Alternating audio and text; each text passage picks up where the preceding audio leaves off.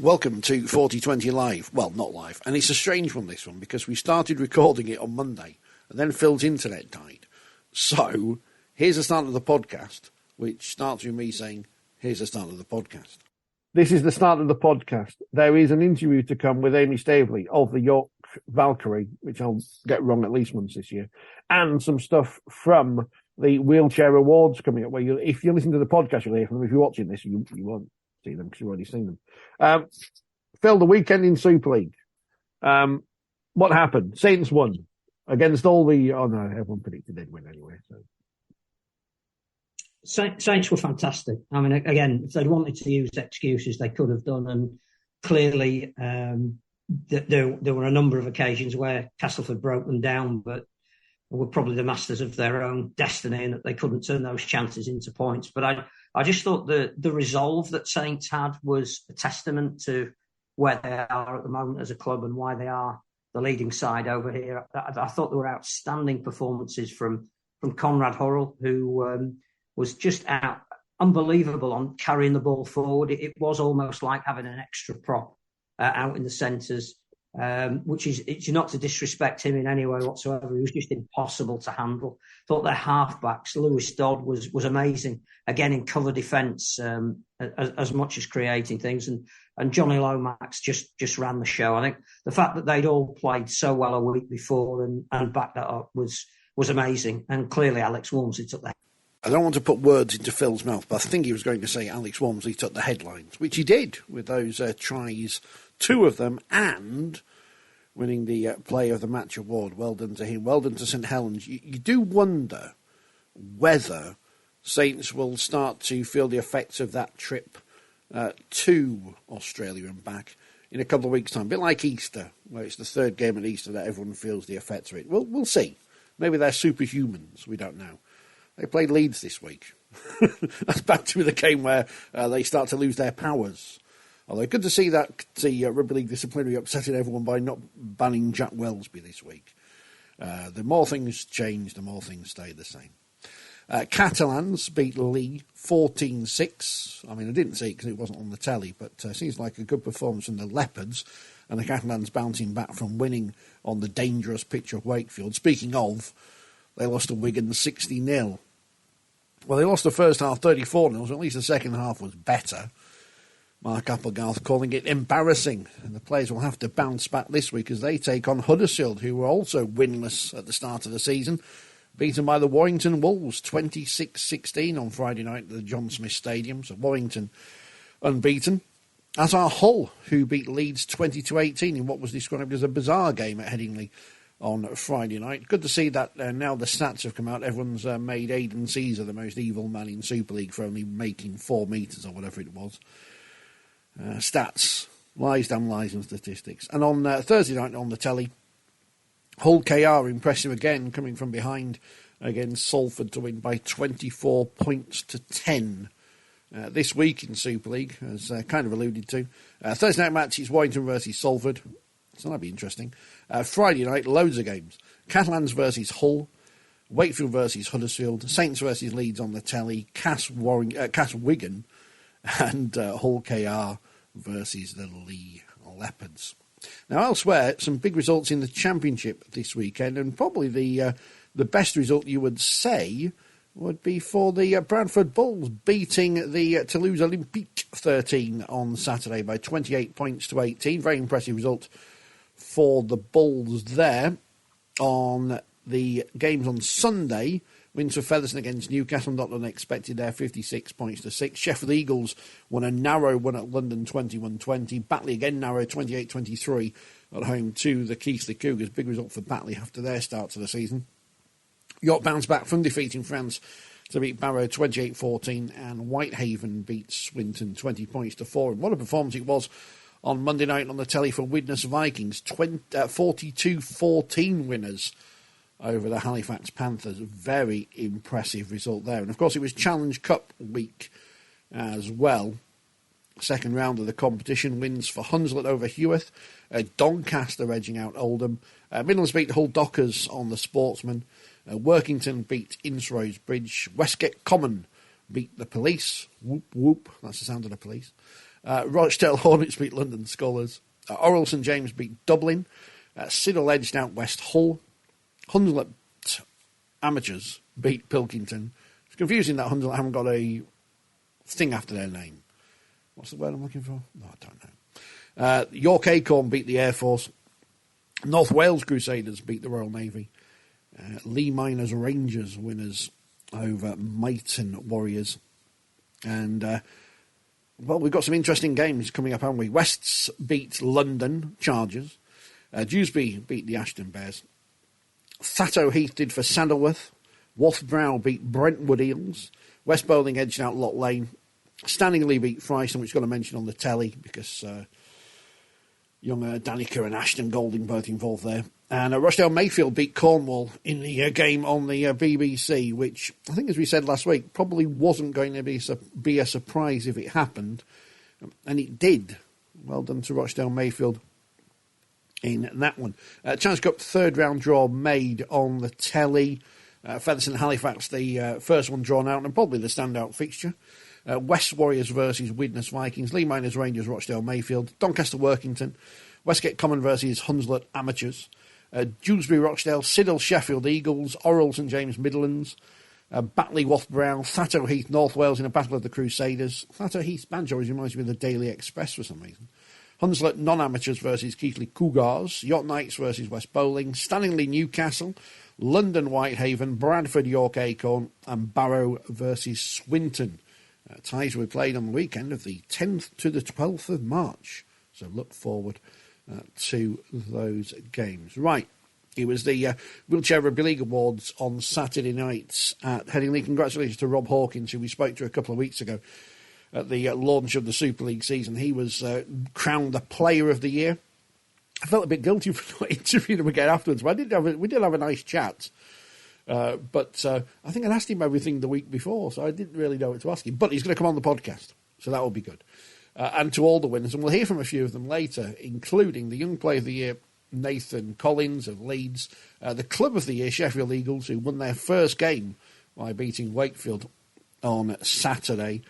Also, the coach of the World Champions, Tom Coyd, and the Golden Boot winner, Seb Bashara, coming up on the podcast. But first, we head to York, where they've made a new signing. Or at least when we did this interview on Monday lunchtime, this was their first new signing. They've made another one now. But here, speaking to us, is the former Leeds Rhino, a scorer of a try in the 2018 Challenge Cup final. Why do I remember that final above all others? I don't know. It's Aimee Staveley speaking to me, and Phil, because you've missed him. He's here now, look. First things first. Difficult decision to move away from Leeds? Yeah, it was a tough decision because I love the girls so much, and they have been my family for many seasons. Probably seen most of them more than I've seen some of my family members. So it was tough, but I knew it was the right decision. It 100% was the right decision. Yeah. What I love about this is chaos everywhere. Is that you approach York? I mean, I find it hard to approach people to come on the podcast for fear of rejection. How hard is it to contact a club to try and get a space there? Yeah, it was, but nothing ventured, nothing gained, I guess. And I thought, what have I got to lose? Just a no. No, there's no room. That was the worst thing that could have happened. So, and the positives of a yes outweighed the no. So I don't know. I mean, I just went for it. I didn't really think about it. I just went for it, and then it just was what it was. And obviously, if it was a no, then it were a no, but it wasn't, and I'm grateful it wasn't. There's been a fair amount of transfer movement within the women's game before the start of the new season. Should we expect that as the norm now, or has it surprised you a little bit? Not really. I wouldn't say it surprised me. I think, each team is probably very different, and, if you're not about what that one team is about, you'll find one that, it fits more your ethos. And I think a lot of, I know Rhiannon from York, and it was Rhiannon that said, why don't you try come here? So, and I think with moving teams, you do get a lot of friends as well, and if they move, they can tell you what the other team's all about. And I don't know, really. I suppose it's just wherever you're happy, and if you're happy settled in the team that you're at, then, fair enough. But if not, I think there's sometimes it's a big taboo on moving, and, moving what for, what have they offered. But, it can just be down to happiness or, a new challenge. It doesn't have to be as, there's an incentive in there. Can you see that the top three teams now are establishing themselves, and York are at a stage that Leeds might have been at maybe 5 years ago when you sort of got that group together that started to win things? I think York have always been a very good team. I mean, York, for the last 2 seasons anyway, have been a very good team. And I think even, last year at the grand final against Leeds, they held their own. They got league leaders, York, last year as well. So I think it's just, and I say it in many interviews, it is just whatever happens on the day. And I think all the girls are so talented across, women's rugby league in general. The girls are just so talented. So it's hard to say, really. It's hard to say whether they're at that stage. I think they were always at a high standard. They were always at a good standard anyway. But yeah, they've obviously got a couple of players from Cass, from Bradford, still the original York. So yeah, it's going to be exciting. The longer things go on at York, the more people can't throw at them that they're just a lot of players from Castleford in Yorkshire. It's obviously you coming in from Leeds, there's players coming in from all over the place now. But it's that, they won the League Leaders' Shield, as you mentioned, but it's that final victory they're looking for, either in the Challenge Cup or the grand final itself. You've won everything with Leeds. Is that something you can bring to the club, that winning mentality, so to speak? I hope so. Maybe I'm a lucky charm. I don't know. I hope so. Obviously, you want to, you want to be in it to win it, and you want to compete to win. So I'm just hoping, and I believe I am the oldest there as well. So I'm hoping my wisdom and my experience might just, add a little bit of value to their already incredible team at York. I mean, experience it's not age, it's experience, isn't it? That's what you're bringing to the squad, not age, experience. Yeah, I suppose I've got a lot. I've been playing since I was 11 or 12, and I'm 33 now, so I've been playing a long time. So you've seen quite a few changes in that time. Did you ever think when you started playing that Women's Super League, well, it wasn't even a thing at that point, would be the top flight of Women's Rugby League would be where it is today? Absolutely not, no. I never would have imagined it ever. But it's amazing how fast it's going and just how much it's developing. And, it's so exciting for the young ones that are coming up now to what, even just in a couple of years, the possibilities and, all the experiences that they're going to have. It's just amazing. It must be just so exciting for them. And I'm excited for them as well. I guess one of the things on the horizon as well is the NRLW have now completed their collective bargaining agreement for the women's game, which is fantastic. They're expanding to 10 teams. So it's going to open opportunities as well for some of our best young players, maybe to be trying their hand in Australia. I mean, on the one hand, you'd want them to stay here and improve the game over here. But I would imagine if you were asked your advice, it would be travel the world, chance your arm, see how it goes, try and make it over there, and if necessary, come back as a more experienced, rounded player. Oh my gosh, definitely. I think to turn down an opportunity like that, I don't know. I just think it'd be full of what ifs, and definitely 100%. I would say to anybody that gets the opportunity to go over there, because it's just something else, isn't it? Their rugby over there is just completely something else. So even if they can go over there and bring their experience over there back over here to improve, even just a little bit the women's game, then, and then that experience for themselves when they're older, they'll never forget that. So absolutely 100%, grab it with both hands, take it. And it should improve the national team as well, because we've seen how even in the men's game that the core of the team now is playing in the NRLW, and that has overall made them more competitive because they understand those extra levels of intensity. Do you think that, again, is a key between where we got to in this World Cup and maybe making the final in the next one? I think they are, rugby is like their national sport, isn't it? So they've been doing that a long time, and I think they are so far in front of us still. We are bridging the gap, but they are still so far in front of us. And I think as well, they've got that opportunity. Like we all work full time. All the England lasses work, or the students, and it is tough. And some of them have got children, which again takes up that time. And I do think it is heading that way, and I do think we are bridging the gap. But yeah, I think that there needs to be, something else, and definitely the starting point would be even, just semi-professional, paying part-time. That'll be a starting point, definitely. No, but you realise everyone thinks that you've moved to York and they've got thousands and thousands of pounds being paid to the players every week. So, no, okay.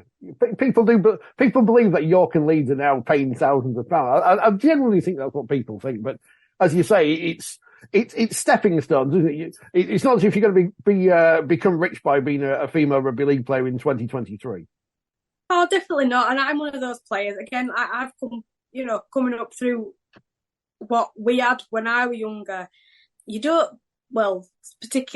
me. I don't play rugby for money. I do not play it for rugby for money.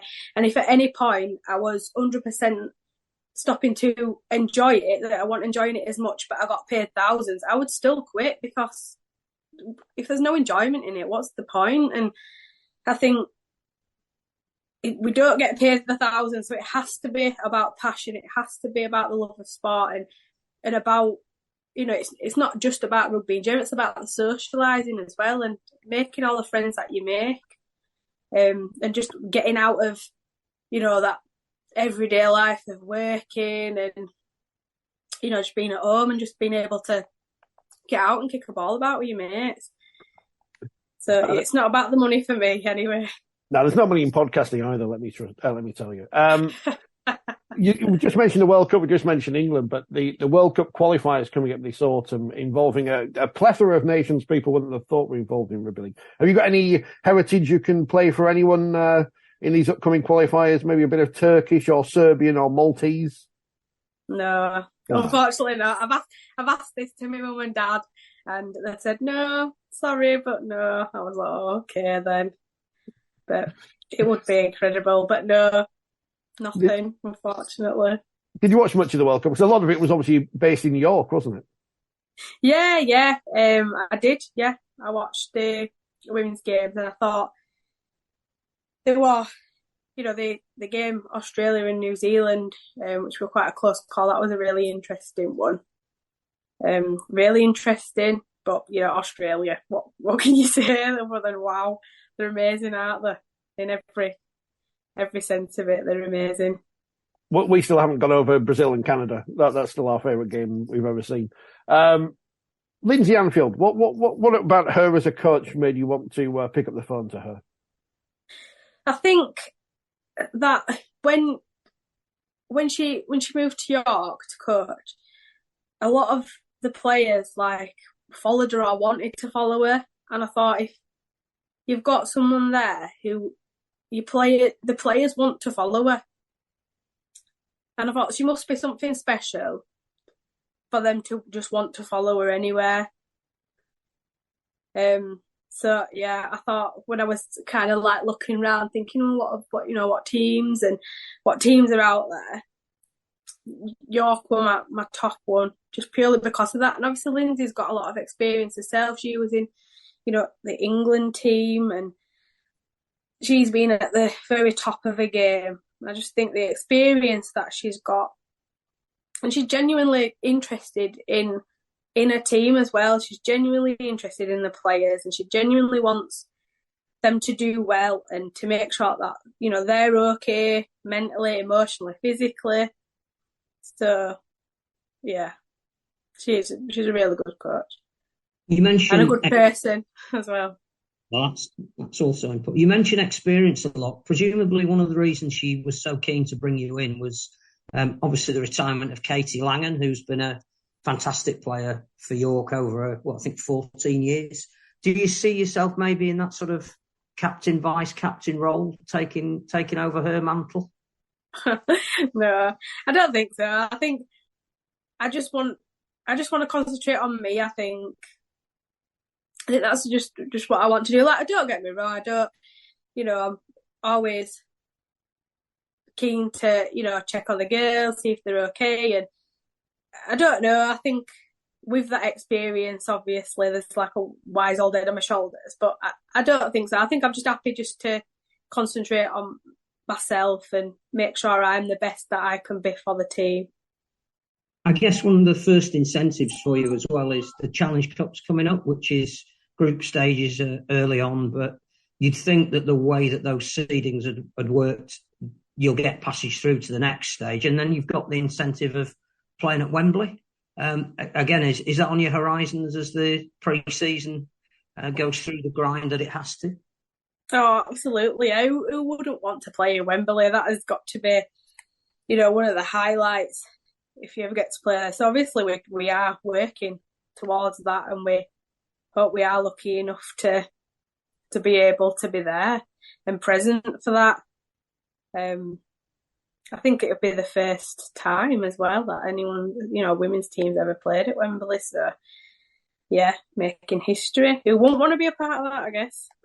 That must be an amazing platform for a club to build. I think we saw the York men get there in the 1895 Cup a couple of years ago, but for the women to get there, as you say, to be the first, must be such a platform for the sport in the city, which is already starting to build up that support for the women's team. Oh, definitely, yeah. And as much advertisement and as much, we can throw out there in the media, the better, just to make everyone aware and, just to get more girls and women playing it as well, just to put it out there, because it is such a, like I say, such a good sport, both for discipline and for making friends. And you don't have to play, Super League very competitive level. You can just go down to your local community rugby team and just get involved there. I can't spell Valkyrie, so I'm having much trouble with the name. But you mentioned earlier one of the current squad in Rhiannon Marshall. I love watching her play because you're never quite sure what she's going to do. Yeah. What's she like to play with and against? She's horrible to play against, just because she's just got a stupid sidestep, and like you said, you just don't know what she's going to do. You genuinely just don't know what she's going to do. To play with, yeah. I've played with Rhiannon before. I played with her at Stanley, I played with her at Bradford, played with her at Leeds. So she's a really good player to play with. She's got really good hands on her, passing the ball, and she sees the opportunity. She's got such good vision on the pitch. She just sees opportunities that others won't even, won't think to look at. And we mentioned the lure of Wembley, but obviously the 3 games between the teams that won all the trophies last year, Leeds, York and Saints, they're all going to be on Sky. Again, how much of an incentive is that to be able to mention to friends, family, potential people you might know in the commercial world that you're going to be on a television platform? I know, yeah, it is incredible. It is amazing. I just, when it is like that, like, I love the fact that the women's game is on TV, but for me, I try to kind of zone that out, because I think that's added pressure for me. So I'm one of those that even, we're playing in massive stadiums, like, there's, until the end of the game, there ain't cameras there, there ain't a crowd there isn't anything there for me. I just try to block all that out until the end of the game. But it is amazing that it is on TV. I don't expect you to get amber and black braided hair then. No. I've had the same hairstyle for probably about 10 years, and it will carry on being the same until I retire. You want to go back to those games where we were kind of vaguely in lockdown, where you were just playing in front of, I think, me at Bellevue and no one else. You want to go back to those days now? Yeah, well, that's what it was like back in the day. We're around a pitch, with maybe about 5 to 10 people there. And I think you've just got, for me, I know other people are different, but for me, I've got to mentally prepare and not be aware of what's going on around me. I need to be in that moment and focus on what, so nothing influences me, or the nerves don't get too much. So that's just what I do. But I know the girls might thrive off it and they might play better because there's a crowd, but not for me. Look good, play good. Someone told us before, but I think she was lying to us.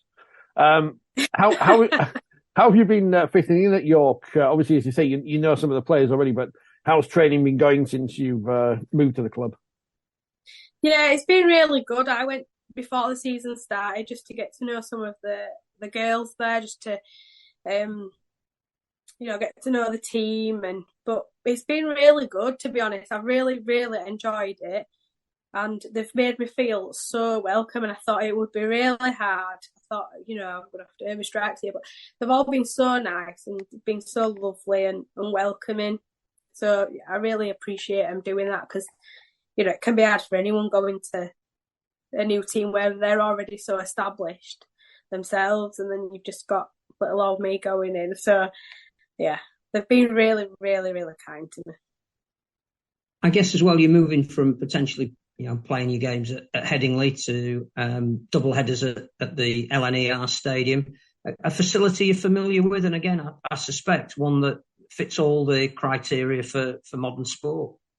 Oh gosh, yeah, it's an incredible stadium. Again, yeah, we did play there quite a few times with Leeds, but yeah, it's gonna be weird playing there, and that being the home ground, but it's exciting, and it's a new change. And is it going to be weird running out at Headingley and facing what used to be your teammates as the foe? Obviously no quarter given on either side, but will that feel strange the first time you do it? Oh, absolutely, yeah. It really will. I'm trying, when you think, or you sit and think about it, and you're like, oh, I wonder. But, yeah, I think, like I say, I still, incredibly close to most of the Leeds lasses, and I think it'll be, obviously when you cross that whitewash, that's it, it's game time, and then, after, it'll be like, all times, but it's going to be strange. Yeah. No sledging going on. You'll be cordial to each other when you're going packing down for scrums or whatever, won't you? You won't be slagging each other off. I don't know. I might give Butcher a bit of rubbish talk. No, I'm joking. Final one from me. And I was apparently in the York City Knights women's WhatsApp group last year. Obviously, that's been rebranded thanks to my prediction and that Saints were going to run away with everything. And obviously, I got that wrong. Any kind of predictions you want from me this year on how York will do? Oh, so I'm going to be adventurous, and I'm going to say, I don't know, we have got a real strong team. I'm sure as do the other teams, but I'm going to go out on a limb and I'm going to say York to win the Challenge Cup final. Let's just start there. If I say anything, my mate Kelsey, obviously very close friends, obviously now because spoken to her at least twice after matches. She loves it when I predict York to do badly. So I don't really know. It's like reverse psychology. I don't really know where to go with my predictions this year, but yeah, it's tricky. I think I might make no predictions whatsoever and then get in no trouble. I think that's the best way to go, isn't it, Phil? Yeah, I've only got one question left. York used some French players last year, which seemed to work really well, both not only in terms of bolstering the squad when they had injuries, but I think aided their game as well when they went back and played for France in the World Cup. Have you heard if there's any plans to do the same this year? I don't. From what I know, I wouldn't say so, no, because the squad is, we have got a big squad and injuries, most people back from injuries, and we've had additions. So, but you never know. But from what I know, and with the squad that's been training, I don't think so. Obviously, I'm purely neutral. Phil's biased. He likes them. But I'm neutral. So very best of luck to York this season. I hope you get all the success in the world, which would upset some people, and not me. And hopefully we see you winning out at Wembley in the Challenge Cup final, because that would be an amazing time, an amazing moment. Yeah, absolutely. Well, thank you so much. It's been lovely to talk to you both. No problem. Thank you very much for your time. Thank you.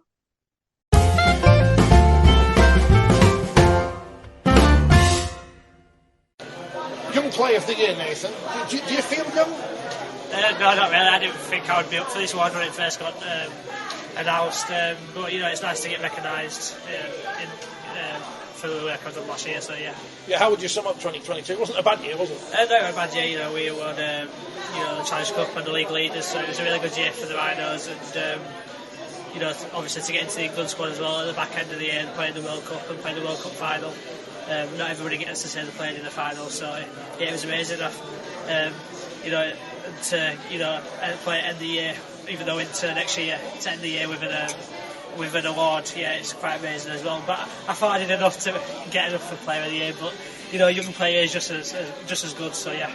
Hungry for more success than in 2023. And as you say, won the League Leadership, won the Challenge Cup, but not the Super League Grand Final. So it's something else to aim for. Well, yeah, definitely. To get the League Leaders and Challenge Cup last year was amazing, but unfortunately we lost out.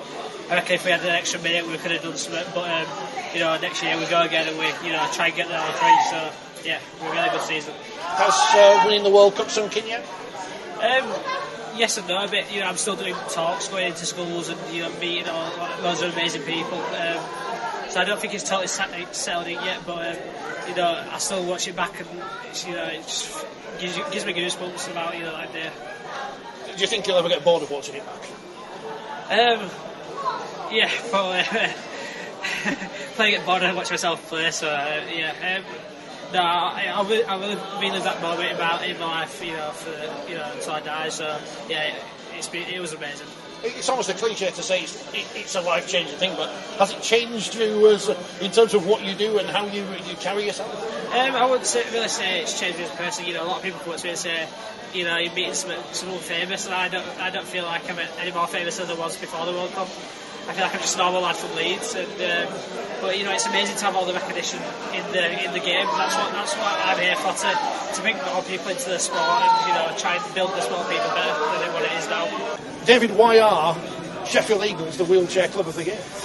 Look, we won our first game today. We've gone 18 months without a victory, but the reason why I think we're Club of the Year is we've focused on becoming a club. We've got 24 registered players. We've got people who turn up and come and train week in, week out. They're not the greatest players in the league, but they have a place within our club. Every game that we played last year, we fielded 10 players. We gave everybody equal game time. We've got serious sponsorship in place, and we're just that really good club. We're a group of friends who happen to have rugby league together. So we've got that win today. That's great. We'll kick on from there, but it's all about growing the participation and just being a great group of friends who enjoy rugby league. Big city, Sheffield, of course, and the club, the men's team have had their setbacks over the years, but still going. And I guess that's part of the Eagles' spirit, is to just never give up. Exactly. The club's mentality this year was one club. We've got a women's team, a men's team, a learning disability team, the wheelchair team, and soon to come a physical disability team as well. We all wear the same kits with the same sponsors, the same off-field kit as well, and literally we are one club. We've just got to get everybody together at one point for that magic team photograph. So what's the aim then? Obviously you say you've won your first game today. I'm guessing that it's not necessarily the aim to go on and be Super League champions within 10 years or something ridiculous like that. It's just growing the sport. Yeah, absolutely. Look, there's an aim in the long term to be successful on the field as well, but we want to do that in the right way. We could go out and splash some cash and get people to come and play for us, but there's no sense in that. We've got 400,000 people that live in Sheffield and the wider city area. We can get them to come and get involved, and we'll grow at our own pace. We have plans later this year to run our own league in Sheffield, so we've got that many people now that we can play locally, give everybody the opportunity to play some more games, and then hopefully that pushes the standard on to play for the Eagles team as we go forward.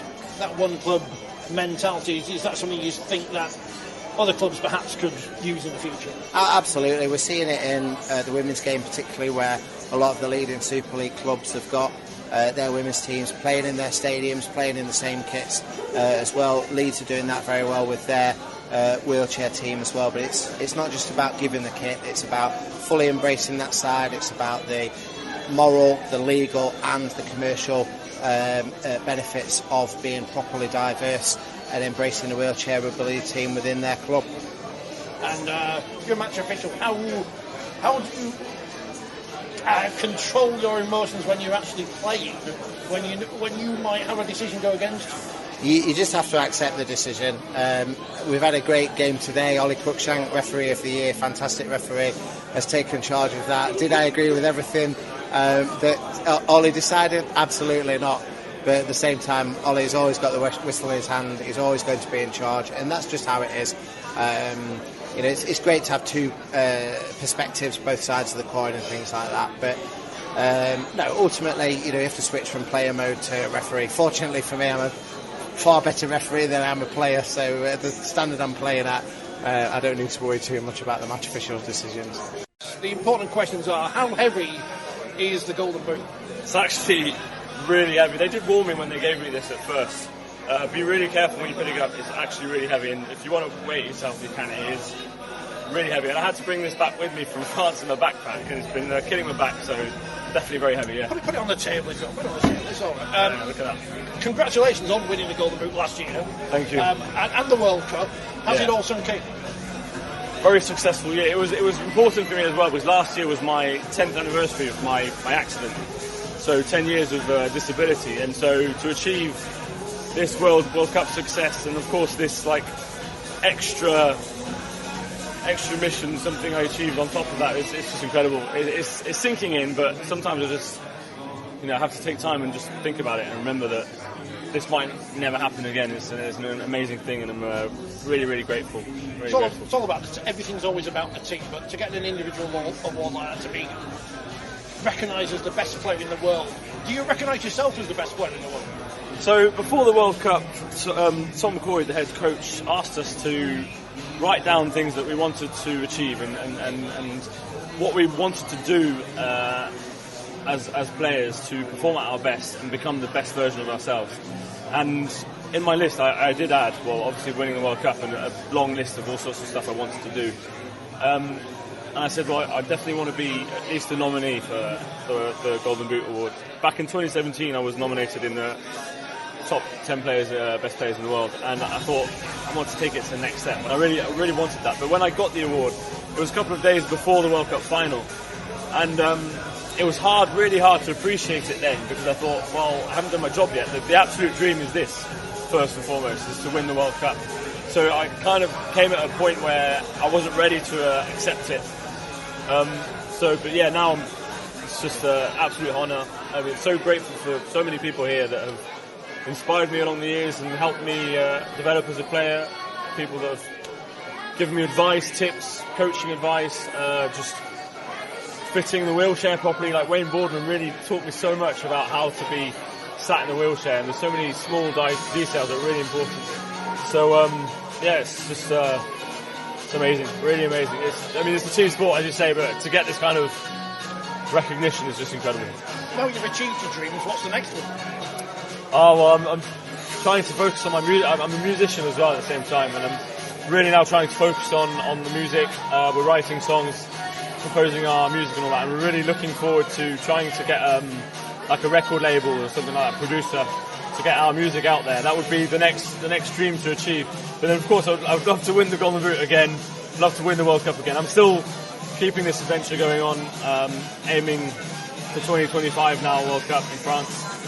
Trying to double that success and maybe double this one as well, you never know. And What kind of music do you play? What's the musical style? So I'm a trumpet player, and my band that I play with now, it's like very funky, groovy, like disco dance kind of music. It's brilliant. Every time we do concerts, people absolutely love it.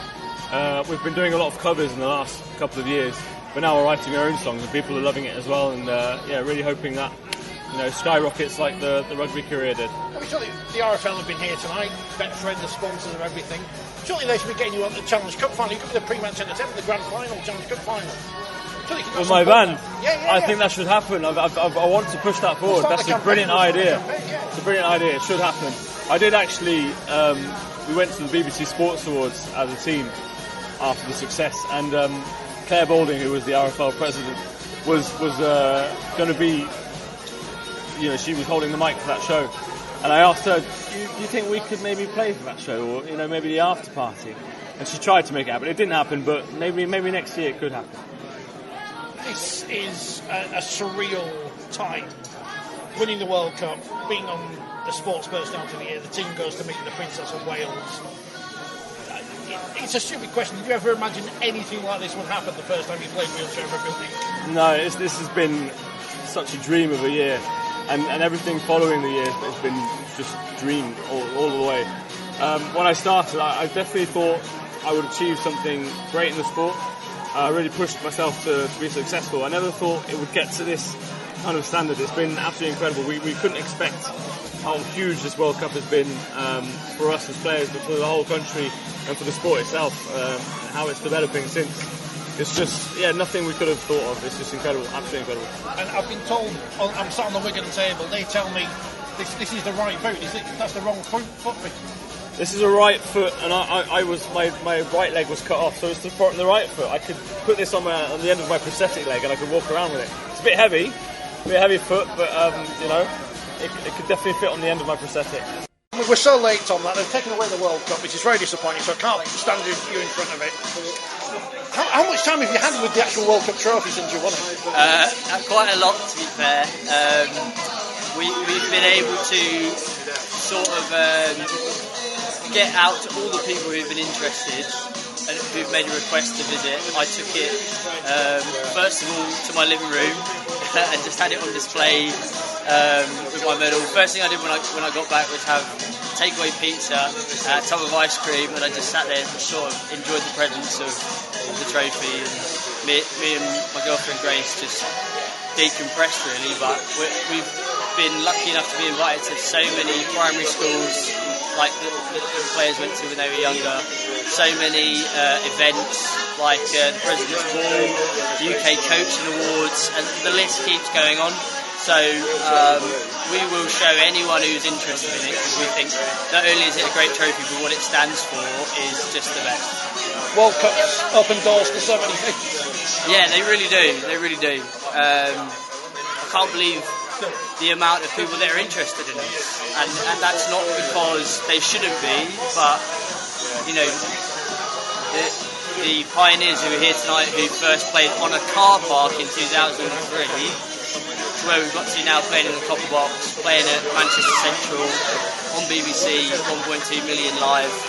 It's amazing, and I can't fathom what's next. I've got some dreams and I'm going to push for them, but probably what ends up happening might be even better than that. So how old are you? Because you won a World Cup at what age? I'm 27. 27. So you've achieved the pinnacle of the sport. What do you do next? Good question.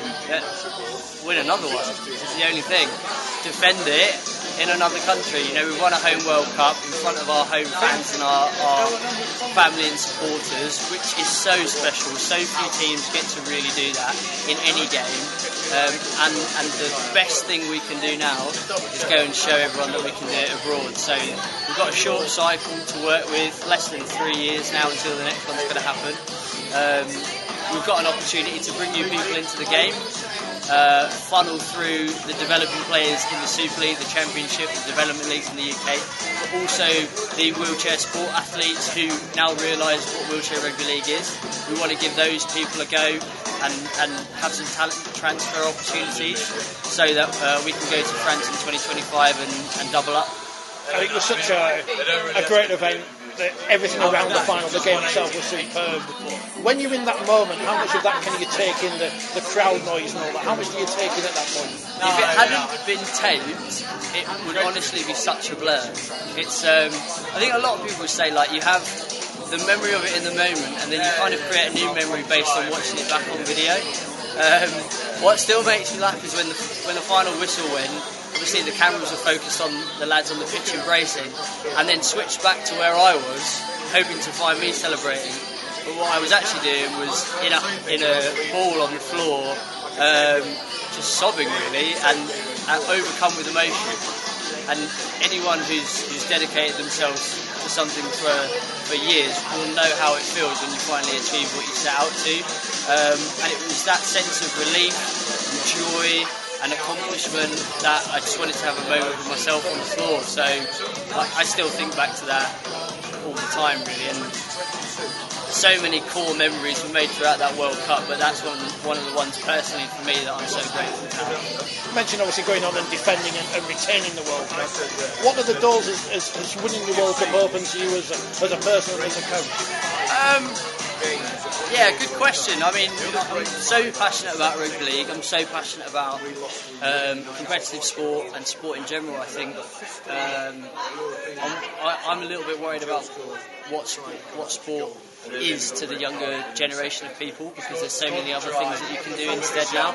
So what I'm super passionate about in rugby league and just sport in general is keeping that alive, keeping people interested in playing sport at the highest level, but also at every place on the spectrum. So what I want to do now, like you say, at 27, having won a World Cup, is see where I can take my career, but also see what I can do along that journey to keep people involved, whether they be young or old, disabled or not disabled. I just want as much people as possible to carry on playing sport, because for me it has shaped me in the most serious and distinctive way.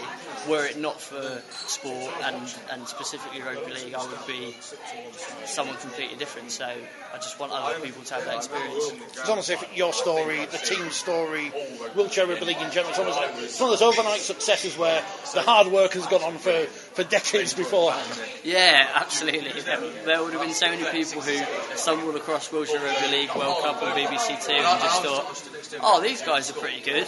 They've been training for this for a few months, I bet. But yeah, if you delve a little bit deeper, you find out that it's been played in this country since 2003 by people on that car park, and all the best work's done in the shadows, isn't it? And it's what you do when no one cares and no one's watching that is testament to who you really are. And Wheelchair Rugby League is the epitome of that metaphor.